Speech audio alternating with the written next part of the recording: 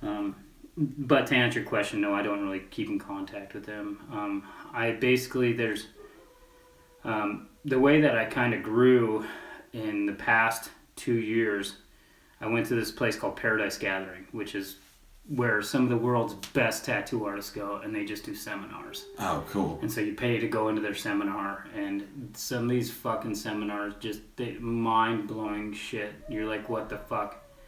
And is that my dog howling? I think so. Thank God. Can I go let my dog out real quick, and I'll come back to that?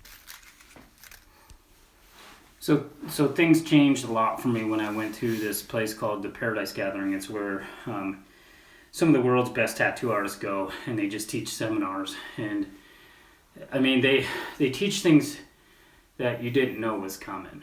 There was an artist there. His name was Marcus Leonard. He's from Germany. Super dope artist. He walked up through the aisle, and there's chairs on both sides, and turned around. And he said, "You fucking Americans are idiots," and then turned back around. And we're like, "What the fuck was that?" Right? You know, and then he turned around and started the seminar. He said, "You know, you guys just work to make money. You guys don't work to enjoy what you're doing." And he went on to explain what he does is he goes and he works with his clients. They take cameras and take pictures together, and they go on bike rides together, and they go to his house and then use those references to build their tattoo. Oh. And in that aspect, when you really look at that, like, wow, you get paid to go ride a fucking bike and take pictures with your clients, and they come back home and create art with them when they're sitting right there. And this is a one-of-a-kind of experience, and you're getting paid for that? Yeah. That's fucking dope. Like, holy shit. And so that's where it really clicked for me. Like, wow, dude, I'm grinding my fucking balls off. My anxiety's through the roof.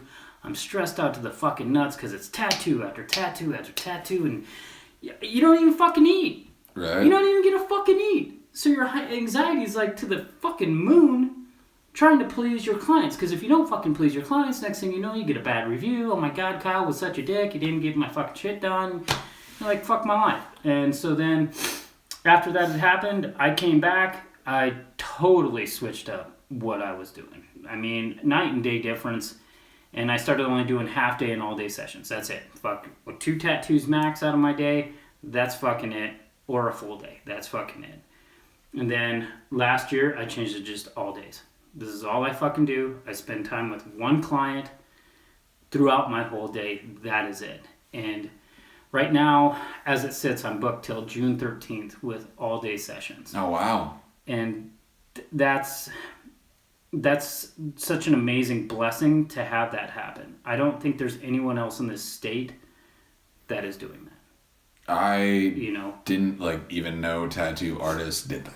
Yeah. So. Yeah, and that's the cool thing, man. You look at my art nowadays, dude. I sit down with my clients, or I have them tell me a story through Messenger. You know, I'm like, hey man, just go have a few drinks if you want, and sit down on your phone by yourself and fucking send it. You know what I mean? Give me some raw shit. Yeah. And I use that story, and then I create art out of my perspective of what they're saying. So at that point, we connect souls, and then I create art out of their story of their soul, and my soul goes into it with my artistic values. And so that's a one-of-a-kind fucking thing that you're gonna get. You don't get that. You know, it's not, hey, I saw this picture, I want this. No, it's your fucking story on your fucking body. Right. And that's rad, you know. Yeah. And so that makes the whole experience unique. One, because you're connecting on a level of understanding them. 2, you're connecting on a level of them being comfortable with you. And most of the time they're blown the fuck away. And that right there makes you feel a happiness and a contentment in your heart that you're like, fuck, I did it, you know. And then just being able to get to know your client throughout the day and bullshitting with them, talking stories. Yeah. Dude, it's like, you get a friend today. I mean, dude, it's like I know so many motherfuckers in this town, or even I just know a fuck ton of people because I tattoo on them, and I get to feel them. I get to understand their life. You know, some people are nerds, some people are fucking hardcore, some people are family guys, some people are very husband kind of guy, Yeah. some wifey, you know, some fucking hate guns, some Right. fucking love guns, you know, some love Trump, some fucking love Hillary. I don't Yeah. fucking know. But they're different in those aspects, and I can bond with them either way. You're building relationships, not just a client. Right. Fact. Yeah, that's Huge relationships. That's cool. So when you came back from that seminar, like, did you personally feel a different connection between each client when you started doing these new routines? As I started going, yeah, definitely, because you don't. If you don't have a vision, you're going somewhere very blind. Mm-hmm. You're hoping you bump into something, and that's what I was doing previous to this. I was doing art, and a lot of people liked my art, Mm-hmm. but it lacked that fucking soul. Okay. It didn't have that soul. You can have a singer.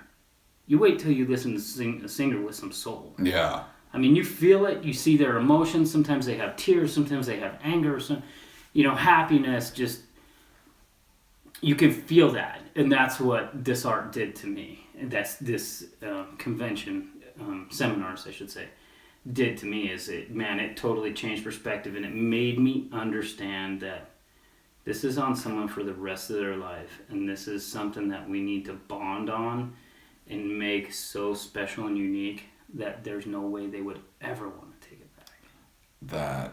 You know? That's deep. Yeah.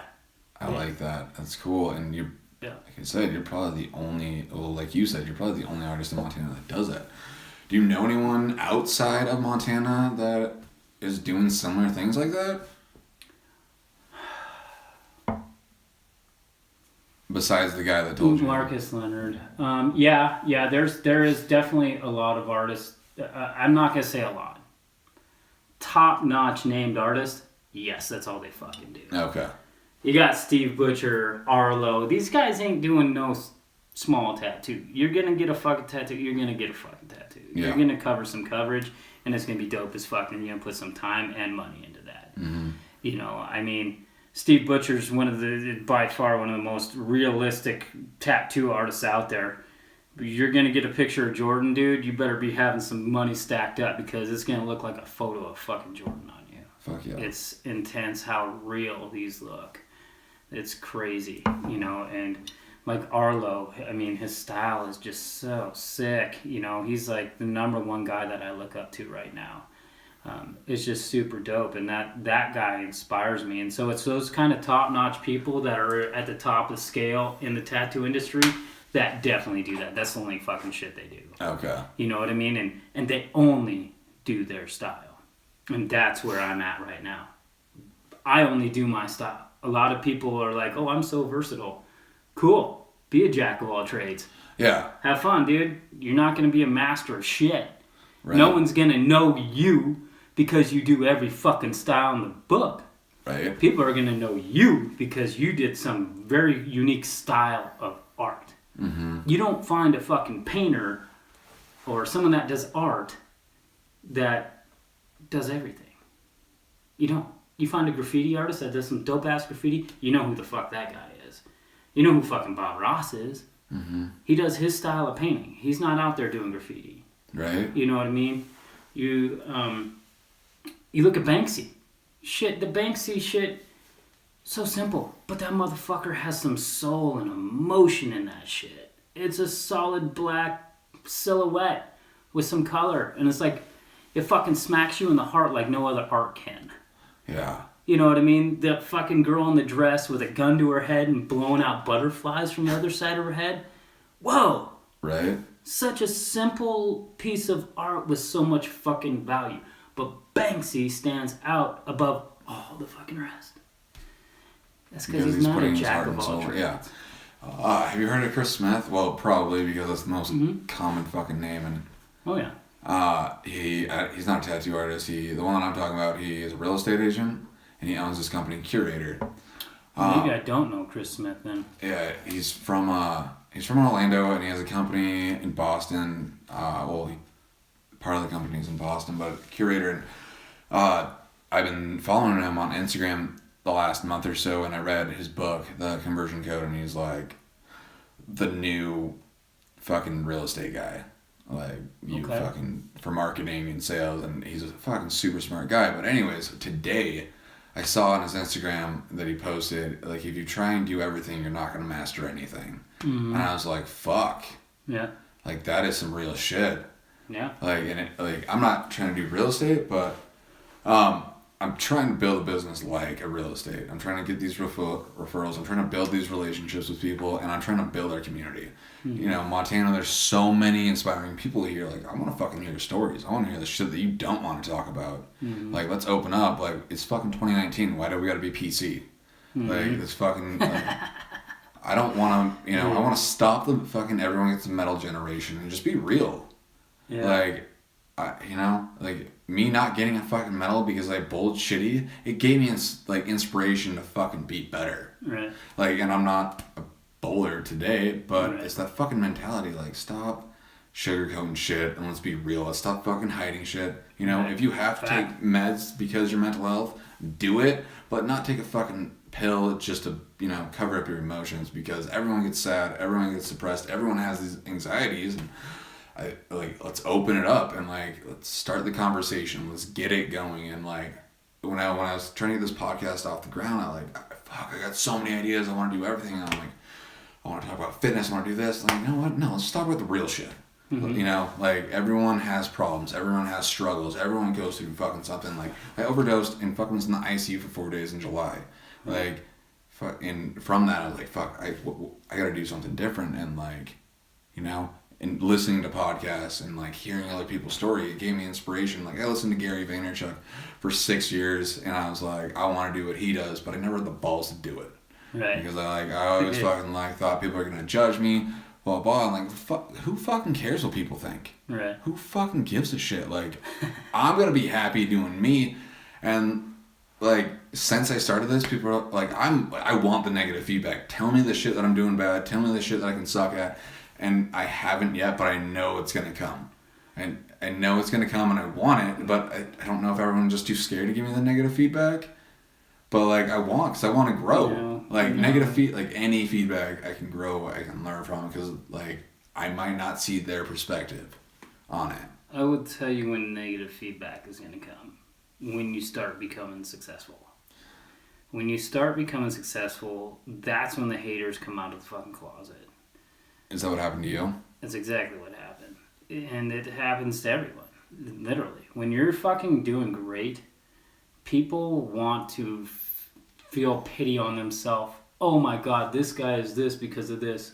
You know, and that's to make themselves feel better. Mm-hmm. You know what I mean? But the fact is that doesn't make them feel better. It makes them feel shittier Right. because they fucking suck.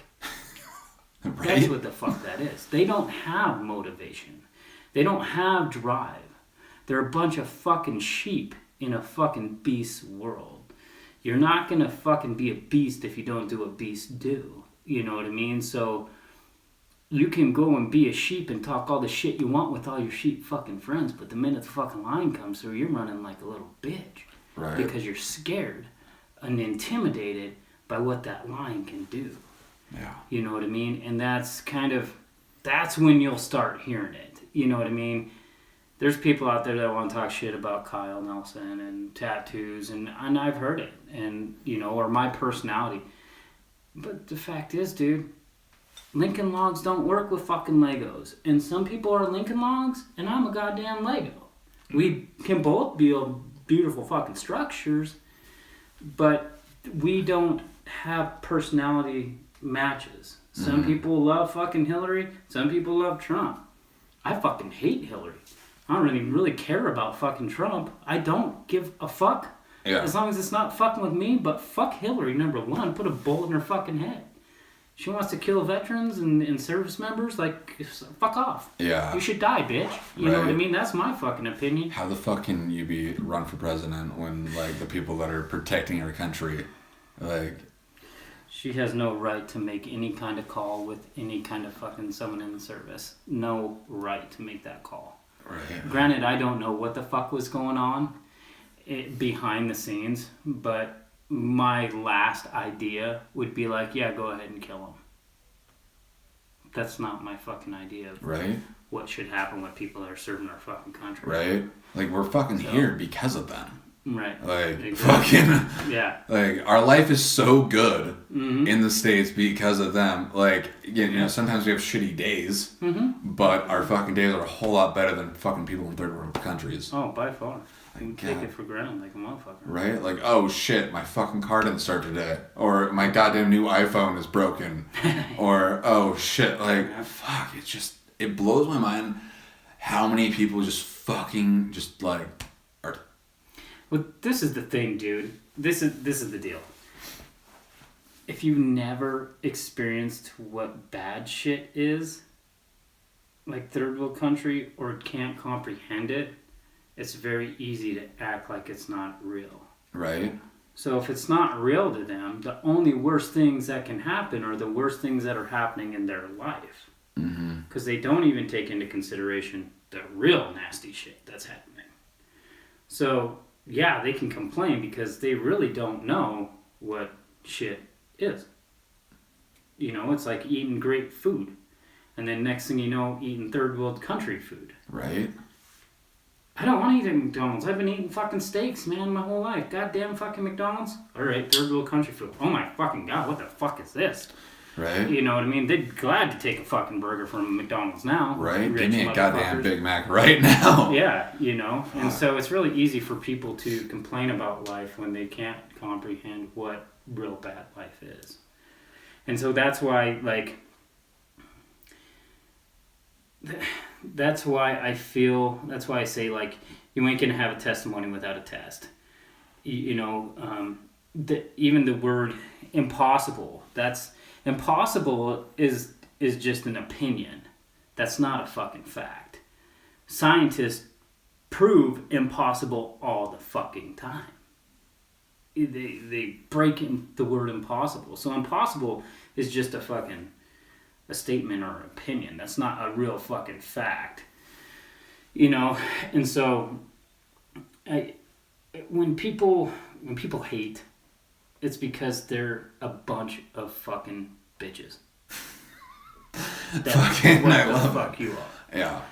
Don't try and fucking hate on me because you're being a douchebag in your own fucking life. Don't Right. be mad at me because I'm making it big and making moves because you ain't doing shit. Right? You know, it's like a lot of people saying, man, I gotta go to the gym, I gotta work out. Well, yeah, okay, well, you do. Well, what the fuck you doing? Right? Why are you fucking sitting there? Well, oh, it's too hard. I'm too tired.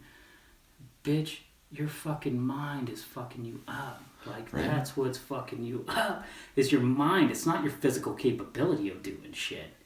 It's your mind is overpowering your fucking actions. You know, it's like getting out of bed. If you can't count down from 5 every day and say, by the time I hit 1, I'm sitting up and my feet are touching the fucking ground. If you put that in your fucking head and make it solid, every time you count down from 5, your feet will touch the floor by 1. They will, because you made that fucking decision. But if you decide to let some little bug say, oh no, don't worry about it, just lay down again. Press the snooze button. Press the snooze. It Yeah. ain't gonna do shit. So, you know, those are is doing the 5-second rule some of your personal morning habits? Yeah, that's how I do it.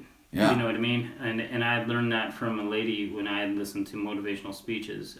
I've vlogged so many hours of motivational speeches, it's fucking absurd. But that's how I start my day. I start down counting from 5. If I have a negative thought, and I've said it in one of my videos that I've done before, if I have a negative thought that makes me want to lay in bed, I put my face in my fucking pillow and I yell. And I yell because what that does is it creates a surge of energy. Okay. And so you're, at that point, your adrenaline's kicking. Now you're fucking awake. You just screamed as loud as you could into a fucking pillow. Right. You know what I mean? It sounds absurd and crazy and stupid, but fucking try it.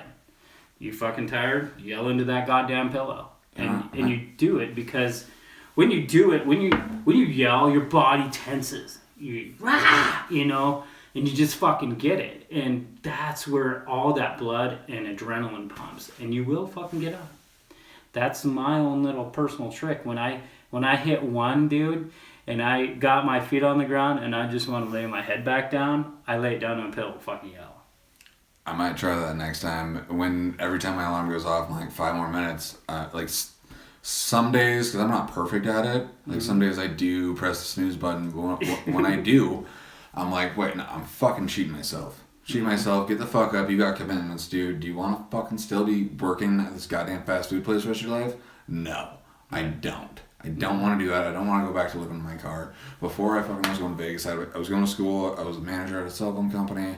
I had my own business, and then, you know, I fucking rested on my laurels and fucking thought I had this shit, and my priorities got out of line. And, like, I don't ever want to go back to that shit again. Like, fuck. Like, I thought I wasn't afraid of death until it fucking almost happened. I was like, fuck, like, now, like, I want to live my life to the fullest. I want to do the shit that I want to do, like, fuck. And I'm not going to be afraid of fucking people fucking judging me, like, fuck you, like, for fucking years, I wanted to always change my name to Robert because, my first name is Chase, and, finally, when I was like 21, I was like, fuck it, I'm not going to live in fear anymore. Like, fuck it, I'm going to go by my middle name because that's what I prefer. I don't like Chase, don't care for it. My family, they didn't respect me enough to call me by the name that I want. And, like, just starting those things and, like, breaking down that fear, because, like, fuck, I think, like, when I don't get in these routines and stuff, and, like, I don't, I'm full of fear. I'm full of fear. That's why I drank. That's why I drugged. I'm just full of fear. Like, if I, drink a beer, fucking do on a Coke, I'm not full of fear anymore. Like, I fucking got it. And now, like, through, not self-help, but self-learning. Right. Like, some people might call it self-help, but through these podcasts, through books, through just, learning from people, it's like, how can I better myself? Well, I'm not going to better myself fucking pressing the snooze button. I'm not going to better myself doing, I got to go to the gym. For me, going to the gym is like my form of meditation. I focus on my breath, I focus on my reps, and I focus on the mind-muscle connection. And, like, that centers me. And, like, fuck, when I don't go to the gym, I fucking just want to punch someone's face. And, like, some days even when I do go to the gym, I'm not perfect. I struggle with anger, but now it's, how do I cope with that shit? So, I didn't believe in making my bed every morning because I'm like, I'm just gonna fucking get it dirty. Like, I'm just like, whatever. And now, like, since the last 6 months I started making my bed every day, it's like my fucking head, like, it's like, oh, I accomplished one thing at least. At least I did that. And, like, I fucking wish I started doing that years ago. And now, like, I've been writing out, like, 3 things I'm grateful for, 3 things that like, my goals that I want to accomplish that day. And, like, if I accomplish those things, cool. If I don't, at least I tried. And fucking, having these baby goals and, like, saving money and, like, trying to build and expand my business and this podcast, just, you got to work towards something. When I first started going to the gym, I was like 100 pounds. And fucking, it's like, see my buddy who got me into working out, it seemed like he just stared at the weights and got big. I'm like, how the fuck are you doing this? Well, no. He fucking is on a strict plan. He eats and works out, mainly just eats and works out. And, like, he writes down every one of his workout routines strategically. And I'm glad that I incorporated that because, I might not been seeing the physical, but when I hop on the scale, like, oh, I gained 10 pounds. Okay, at least that's something. And I love, having, an outlet, like going to the gym, because, like, what else am I gonna do? Right. Like, and especially in Helena, like, there ain't fucking much shit to do here. And now it's wintertime. If you don't do stuff outdoors, like, fuck, people are getting fucking depressed and, like, going out and killing themselves.